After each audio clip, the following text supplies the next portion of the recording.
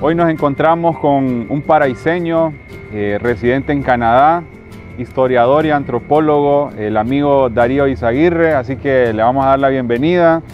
Se encuentra pues pasando unos días aquí en nuestro pueblo de vacaciones y aprovechamos este espacio para poder platicar de varios asuntos, Darío. Vamos a platicar de varios asuntos, así que ¿qué tal? ¿Cómo ha sido su estadía aquí en el paraíso? Agitada. Buenos días a todos los paraiseños, a los amigos que nos conocen y que saben quiénes somos, y a los que no, pues también buenos días. No, si hemos estado ajetreados, este banito no nos ha dejado descansar, Sí. Pero ahí andamos. Está bueno, excelente. Bueno, Darío, cuéntele a la gente, para los que no lo conocen, para las nuevas generaciones, ¿quién es Darío Izaguirre? No, Darío Izaguirre es un paraiseño nato. Yo nací en la aldea del Palo Verde, allá por 1966, y en 1974 mis papás, que miraban pues que sus hijos ya estaban creciendo y que necesitaban ir a la escuela. Mis hermanas comenzaban la escuela secundaria y el ciclo común de cultura general en aquel tiempo. Y yo y mi otra hermana mi hermana estaba terminando la primaria y yo estaba en segundo grado. Llegamos al paraíso, perdidos, linditos de la montaña. Y luego pues pasamos la infancia aquí en el pueblo, entre las temporadas de café, las plantaciones de maíz. Veníamos, regresábamos.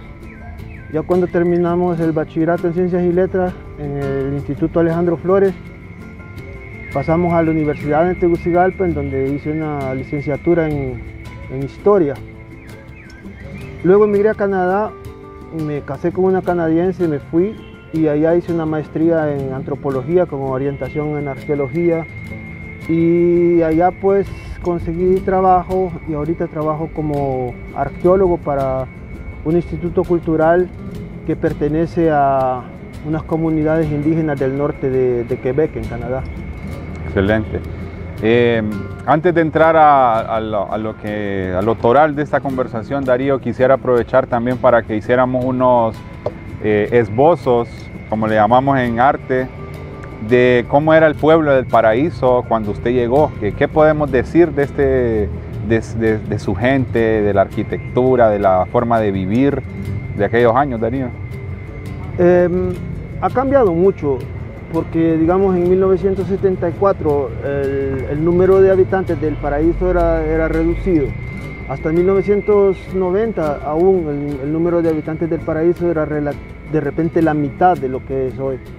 Eran calles de tierra, muchos de los barrios no tenían sistemas de aguas negras. Me acuerdo que todavía existía una llave pública en la plaza San Sebastián, donde la gente que no tenía agua en la casa venía a recoger agua. En las escuelas era completamente diferente. La escuela Francisco Morazán se acababa de desanexar y acababa de aparecer la escuela María Garay de Vallejo, y la escuela Francisco Morazán pues era como, todavía creo que es la más grande del municipio, y no sé, era completamente diferente porque sí había, como decir, un poco de delincuencia, pero se conocían quiénes eran, ¿no? y eran gente que la mayor parte robaban gallinas, digamos, y se metían a las casas a robar tortillas y cosas así, pero sí. ¿Y cómo le explico? Y también había aquello de la ayuda entre el vecino. Si el vecino estaba enfermo, era la vecina la que le ayudaba a cuidar a los niños, y así pues todo.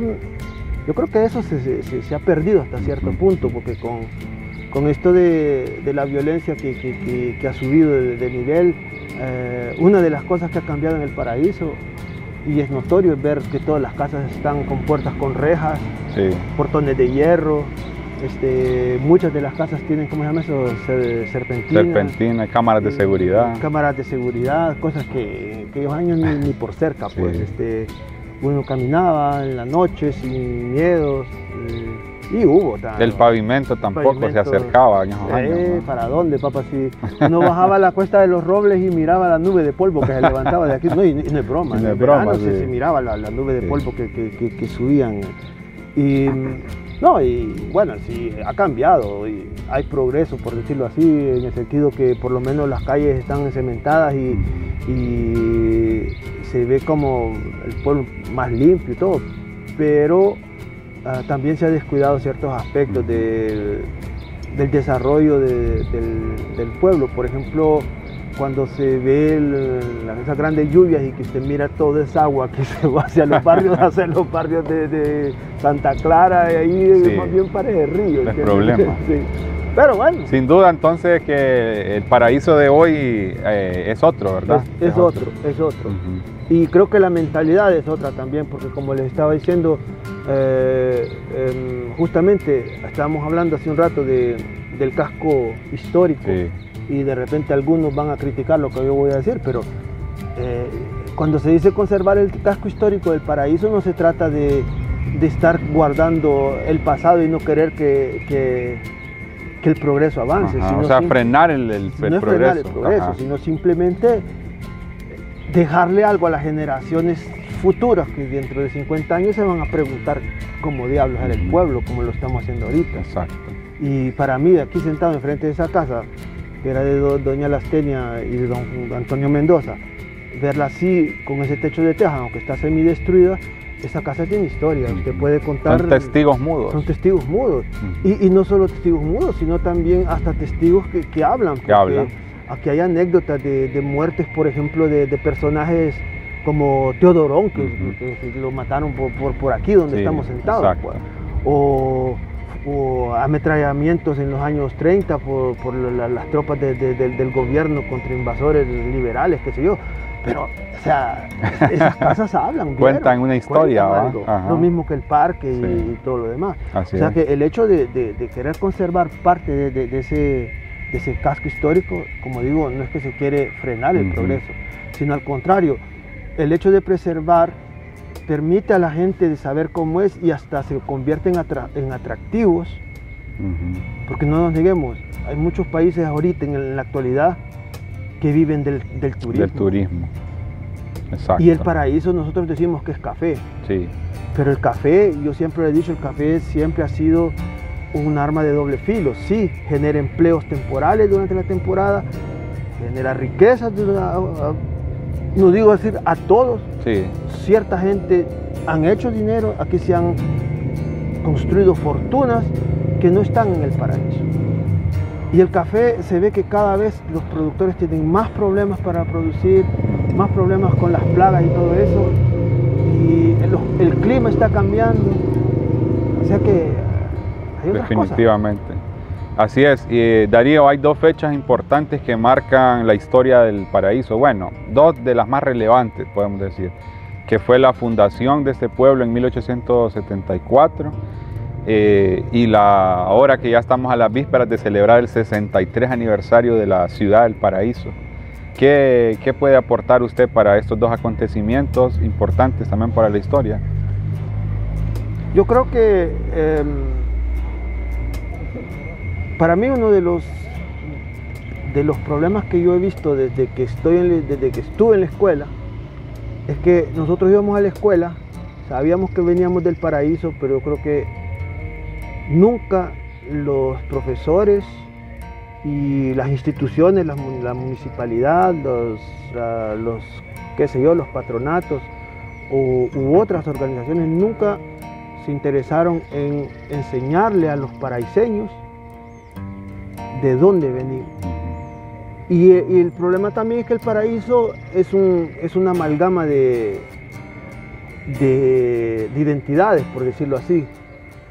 Por ejemplo, hay pueblos como Jacaleapa, por ejemplo, en donde esa gente viene de ahí y han estado toda la vida. En cambio, el Paraíso, aquí hay gente que llegaron de San Marcos de Colón, de Orocuina, de San Antonio de Oriente, San Antonio de Flores, Tegucigalpa, y siguen, Choluteca, y siguen llegando. Siguen llegando. Pero esta gente cuando viene, los hijos que nacen en el Paraíso son paraiseños. Así es. Entonces deberían de saber de dónde salimos, y en ese sentido creo que celebrar y usted me está hablando de dos fechas, pero Sí. pueden haber más también. Sí, claro, hay más. Hay más. Y 2024 tiene que ser una fecha crucial para el municipio del Paraíso. Sí. Se celebran un montón de cosas. Sí. La fundación del departamento, del municipio. Luego, 150 años. 150 años de fundación. Estamos hablando que, por ejemplo, estamos en la conferencia de Alejandro Flores con alumnos del Alejandro Flores que no sabían quién era Alejandro Flores. Y también ese año es el bicentenario. Ese año es el bicentenario del nacimiento de Alejandro Flores, sí. Que, dicho sea de paso, vivió ahí al lado de la iglesia. Sí. Y no hay pero ni una plaquita que dice No hay aquí nada. vivió el presbítero Alejandro Flores. Sí, que sería interesante hacer esa actividad. Sí, no todo el cuarto, 2.000 pesos y usted le pone una plaquita de mármol ahí. Sí, hombre. Y entonces, se puede pintar una obra artística también. Sí, hay un retrato, qué sé yo, algo. Una parte. Pero es lo que estamos hablando. Entonces, para mí esas fechas deberían de ser acontecimientos municipales, Sí, relevantes. Marcarlos, no necesariamente con cohetes ¿entiendes? Y relajo. Pero en las Que escuelas. no pasen desapercibidos. No, en las escuelas. Es decir, miren, este año es el 150 aniversario, niños, y cómo ustedes miran, de dónde piensan ustedes que venimos, hagamos algo. Pero yo estaba aquí justamente en 1974, acababa de llegar al Paraíso cuando se celebró el centenario. Que ahí está el recuerdo. Yo me acuerdo que fue un jolgorio, pues la famosa pirámide y la fuente con las tortuguitas y todo. Sí. Pero hasta ahí quedó que yo aprendí que el Paraíso tenía 100 años, pero de ahí a saber quién lo fundó, por qué vinieron, quiénes son los personajes. Inclusive aquí en el Paraíso hemos sido tan negligentes con reconocer a las personas, y aquí han habido paraíseños ilustres, por decirlo así, sí. Y a quienes no se les ha dado los méritos. Como han habido también otros paraíseños que, por ejemplo, los ediles que destruyeron el cabildo municipal, sí, y que botaron parte de los archivos municipales también, y eso es otra cosa. Yo creo que también no es juzgar ni señalar y decir estos arruinaron todo, pero que la gente sepa, pues. Así es. Hablar realmente como es las cosas, ¿verdad? Sí. Sí, bueno, definitivamente hay tanto, ¿verdad? Tanto por hacer. Esto nos compromete más, Darío. Pero bueno, lo toral de este conversatorio es que estamos justamente en pláticas, en un proceso de un proyecto, bueno, dos proyectos, ¿verdad? Lo vamos a enmarcar así, son dos proyectos distintos en los cuales queremos también aportar al pueblo del Paraíso. El número uno, vamos a hablar de este proyecto que es la publicación de 4 libros, Darío. Entonces quiero que le hable a la audiencia, pues, de qué se trata este proyecto para que ya se vayan empapando, que los vayamos también educando en el sentido de que tenemos que tener un compromiso los paraíseños con este proyecto específicamente de la publicación de 4 libros. Bueno, la pandemia como que nos hizo, ¿cómo decirlo así? Reflexionar sobre cosas que de repente antes no se nos habría ocurrido. Justamente con esto de la celebración de los 250 años de fundación del Paraíso, se nos ocurrió, hablando con Giovanni y otra gente de aquí del Paraíso, que sería interesante reeditar, por ejemplo, la breve reseña histórica del municipio del Paraíso, escrita por José María Elías, allá por 1877-78, y que cuenta justamente cómo se funda el Paraíso. O sea, no da tantos detalles como a mí me gustaría que hubiese, pero ahí está. Ahora bien, José María Elías escribe el texto, no lo publica, lo deja en manuscrito, se lo pasa al presbítero Alejandro Flores. Alejandro Flores lo dona al director de la biblioteca del Archivo Nacional, de la revista del Archivo y Biblioteca Nacional, y ellos lo editan en 1912 después de la muerte de Alejandro Flores. Luego el profesor Armando Antonio Martínez, el papá de Armando Francisco Martínez, nuestro querido amigo Armandón, sí. Quien lo reedita, pero en El Paraíso creo que existen ¿cuántas copias? Yo tengo una que me regalaron. Sí. A Giovanni le prestaron. Secundino. El profesor Secundino. Quizás la profe María Manuela tenga otra. De repente. Sí. Pero... Y, o sea, pero lo terrible, Darío, es que no tenemos ni siquiera en la biblioteca pública del municipio. O sea. Exacto. Y ese es otro fenómeno que hay que abordar, que ahorita los libros como que la gente dice los libros no sirven para nada. Y al contrario, un libro es memoria. Y sí, en digital usted lo puede tener como quiera, pero bueno, poco importa. El asunto es que parte del proyecto es la reedición de ese libro de José María Elías, al cual se le escribió una introducción, la escribí yo con investigación histórica sobre José María Elías y la situación del Paraíso en ese momento. Al mismo tiempo hice una investigación, una breve investigación sobre los datos biográficos del personaje que él escribió. O sea que podemos catalogar a José María Elías como el primer historiador de nuestro pueblo, ¿verdad? Sí, okay.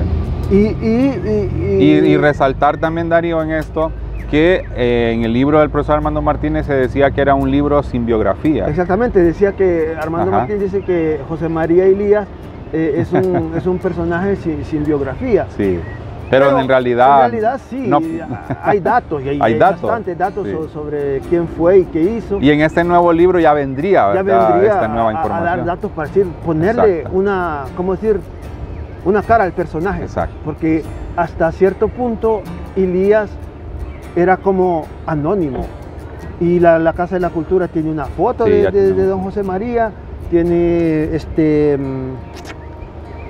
tenemos las cuestiones que yo investigué, sí. como quiénes fueron los hijos, la esposa, desmistificar también el hecho de que no era Elías Plata, exacto. sino que era Elías Ferrera, y cuestiones así, son cuestiones súper interesantes y que son la base para de repente para arrancar con un verdadero libro sobre la historia del municipio. Porque sí hay cosas que se han escrito sobre el municipio, pero no necesariamente una historia, digamos, completa o en orden cronológica también.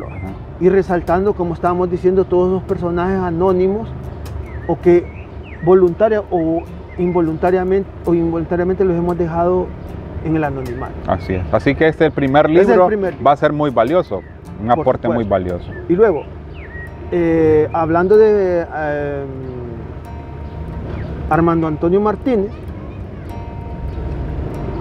hasta hay un colegio que se llama Armando Martínez, que no le pusieron ni la A, sino que le pusieron Armando Martínez corto. Sí. Y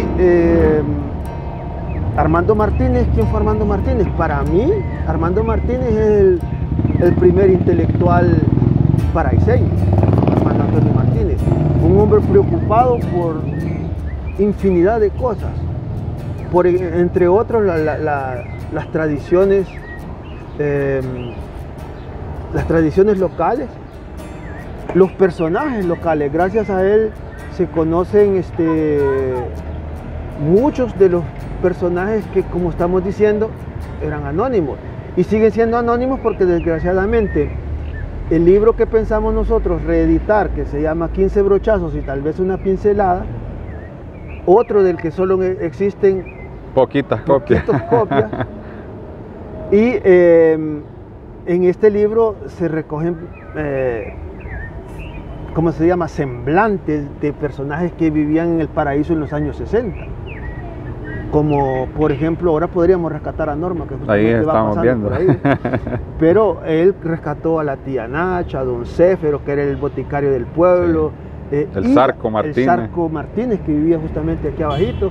Y este señor Armando escribe de una manera fácil y jocosa. Sí. O sea, que tiene esa manera de comunicar las cosas que lo hace reír a uno, pero en realidad le está contando una realidad tangible. Sí. Las anécdotas de cuando él trabajaba allá en la como escuela. supervisor o como cuando iba en la escuela, Sí. que te pone de la teoría a la realidad. Por ejemplo, cuando le pregunta al cipote, si mira, si tenés 25 centavos y las naranjas cuestan tanto, ¿cuántas naranjas puedes comprar? Y el cipote le responde, a saber, porque allá donde la dueña son a 3 por la ficha. Pero así era. Pues. Era la realidad, Era la realidad. de aquella época. De aquella época. Y lo mismo con Armando. Y Armando Antonio Martínez no solo escribió 15 brochazos y tal vez una pincelada, sino que también hizo un cuadro sinóptico del paraíso en 1962, en donde describe todo lo que había en el paraíso, las empresas, quiénes eran los ganaderos, los principales productores de café, las escuelas, las órdenes religiosas, las distancias entre Danlí y el paraíso, las condiciones de las carreteras. Se publicó y ¿quién lo conoce? Aparte la copia que guardó la familia, que la recuperamos, la numerizamos y la ponemos como apéndice a 15 brochazos y tal vez una pincelada. Armando Martínez también hizo un trabajo colosal en la recopilación de documentos y correspondencia del presbítero Alejandro Flores, y escribió una breve biografía del presbítero. Y cuántas cosas más, pues, que se perdieron justamente por esa actitud que tenemos hasta cierto punto los paraiseños de estos son papeles viejos y hay que botarlos. Exacto. Entonces, al final, Darío, tenemos estos dos materiales, que es una riqueza que vale la pena volverla a publicar, porque, número uno, no la tenemos a mano, ni siquiera en la biblioteca pública, pues entonces obviamente no está en el resto de los hogares paraiseños, entonces vale la pena. Pero no solamente porque no existan esos libros, sino porque existe la necesidad de educar al pueblo en lo que usted ya decía, que no sabemos nuestros orígenes, no conocemos a aquellos personajes relevantes que aportaron tanto como el profesor Armando Martínez y lo demás. Ahora vienen otros dos libros. Los otros dos libros es uno que yo creo que ese sí lo conoce algunas personas también, no todos. Pero si no conocen el libro, conocen por lo menos algunas de las perras. De las perras. Es las perras de don Máximo Cruz.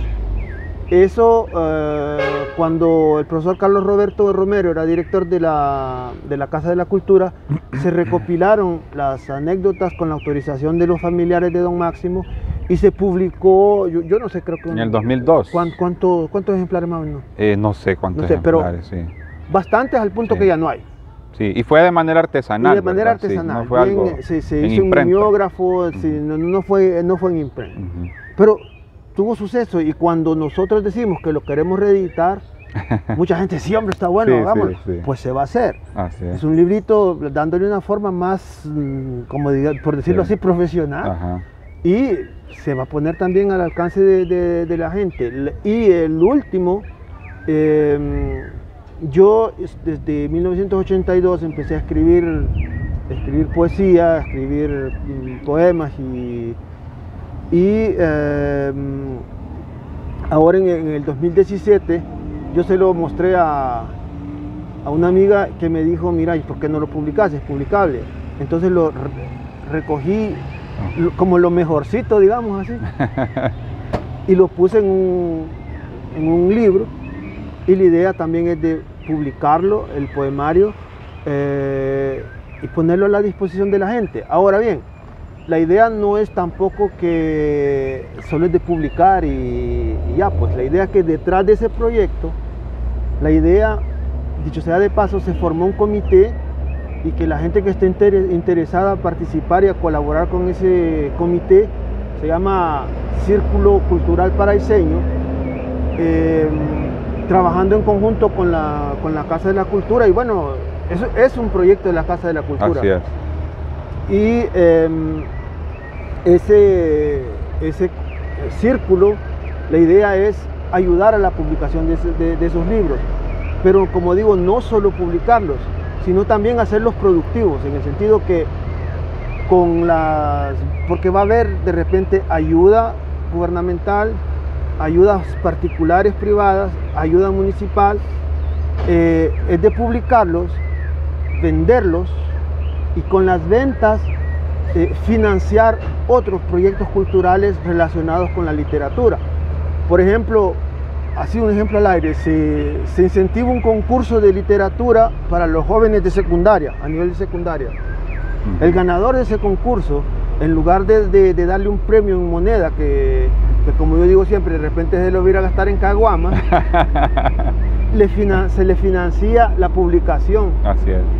de su obra, y ya queda inscrito como formando parte de los escritores hondureños, no Sí. paraiseños. No solo paraiseños. Y se le va abriendo camino a la nueva generación. O sea, esa es la idea del proyecto. Excelente. Entonces, yo creo que lo menos que podemos hacer los paraiseños, Darío, es comprarlo. O sea, no les estamos pidiendo algo del otro mundo. Nosotros estamos haciendo, bueno, yo quiero agradecerle a Darío porque él, como dice, tiene su imprenta, su editorial, perdón, allá en Canadá, y de alguna manera pues todo esto más bien ha servido como para juntar esfuerzos, y ya están listos. Estos 4 libros ya están listos, prácticamente solo llevarlos a la imprenta. Estamos haciendo gestiones con diferentes instituciones, y como ciudadanos también nos hemos comprometido a través de este comité, como dice Darío. Así que por eso lo repito, Darío, lo menos que podemos hacer los paraiseños, y no solamente los paraiseños, todos aquellos que nos están viendo y que estarían interesados en adquirir estas obras y que les llama la atención, es comprarlos, adquirirlos, Sí. ¿verdad? Inclusive se estaba pensando en hacer una preventa justamente para financiar la impresión. Una preventa es gente que de manera voluntaria y se compromete, digamos, que compre el libro, él o los libros, antes de que el libro salga. Ya tenemos estimado más o menos el precio de lo que costarían los 4 juntos, y evidentemente se le da un recibo. La idea es que esto sea transparente también. Claro. Personalmente, a mí no me gusta que me roben y no me gusta robar tampoco, así que la idea es esa, que todo sea transparente. Y si en dado caso, digamos, la publicación no se hace, pues ni modo, se devuelve la plata. ¿Y para dónde agarramos? Sí. No, y justamente hablando de eso, Darío, de darle transparencia, fue que se conformó el comité para que no tengamos nosotros nada que ver como personas, o como en este caso yo, representante de la Casa de la Cultura, que tocar fondos. Para eso pues ya están las personas que se han elegido en una asamblea, con representación de la gente que está cerca, pues siempre colaborándonos, del pueblo a pueblo. Así que para eso pues se ha hecho este proceso. Y bueno, además de este proyecto, pues no nos quedamos aquí, ¿verdad, Darío? Hay unas ideas ahí, por ejemplo, de publicar una antología de poesía paraiseña, que si ustedes apoyan estos proyectos, pues vamos a darle continuidad a más proyectos, ¿verdad? Exacto. Pero como hablaba al inicio, usted daba la introducción de que en el año 2024 es un año crucial para la historia, para tomar decisiones también, para mirar hacia atrás, y para, ¿cómo se llama? Mirar hacia adelante también. Mirar hacia adelante, sobre todo en ver qué errores hemos cometido en la historia y no volverlos a cometer, y cómo hacer para que el paraíso avance realmente en todos los aspectos, y que el desarrollo no solamente sea cemento, sino que vaya a la par también la parte intelectual. Entonces tenemos este otro proyecto que hemos comenzado a gestionar, que es la celebración del bicentenario de Alejandro Flores. Entonces, ¿qué representa, después de lo que hemos hablado, Darío, el presbítero Alejandro Flores, independientemente de todas las facetas de su vida y de todo lo que tengamos que decir? Bueno, de hecho, yo creo que justamente fue esa gente, esos anónimos, don Santos Ignacio Torres, don Amílcar Mairena, el mismo profesor Armando Antonio Martínez, Rosendo Molina y otros que se me escapan, que tuvieron la idea justamente de plasmar o de prolongar el nombre de Alejandro Flores. Alejandro Flores fue un cura que vino aquí al paraíso allá por 1876. Justamente el 4 de noviembre. Vino a bendecir la iglesia junto con el cura de Danlí, don Olayo Salgado, y otro cura de apellido Serna, que dicho sea de paso, creo que es el único cura que está enterrado en esa iglesia. Ese dato no lo sabía. Sí, porque Alejandro Flores solicitó la exhumación de ese padre Serna para venirlo a poner aquí. Debe haber otra placa, entonces Debe hay haber que otra colocarla. Porque fue como el primer cura, fue uno de los primeros curas que estuvo... Pero bueno, volviendo a Alejandro Flores. Alejandro Flores llega aquí en El Paraíso en 1876, después de haber fundado, junto con 4 otras personas, la Universidad Nacional de Honduras. En la historia de Honduras siempre se ha recalcado que el fundador de la Universidad Nacional fue el padre José Trinidad Reyes. En realidad, los fundadores fueron 4: Jean Mario Girón, Alejandro Flores, Máximo Soto, un señor de apellido Chirinos, y pusieron a el padre Reyes como rector.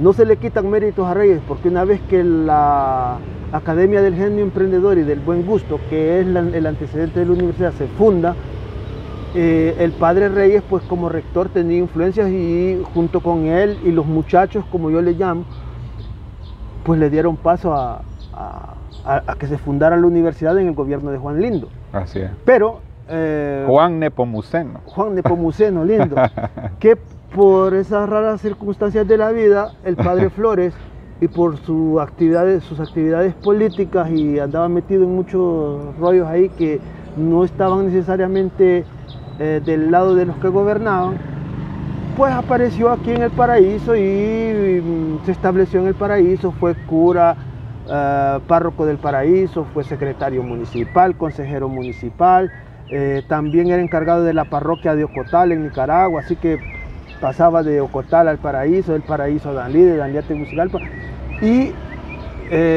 Pero él, Alejandro Flores, aparte de que era el único sobreviviente cuando se celebró el 50 aniversario de la muerte de José Trinidad Reyes, a él lo invitaron y lo reconocieron como uno de los fundadores de la universidad. Pero el discurso siguió. En 1912 el padre Flores muere y después nadie habla de él, hasta que se funda el Instituto Alejandro Flores en 1961 y Armando Antonio Martínez escribe algo que se llama Documentos para una biografía de Alejandro Flores.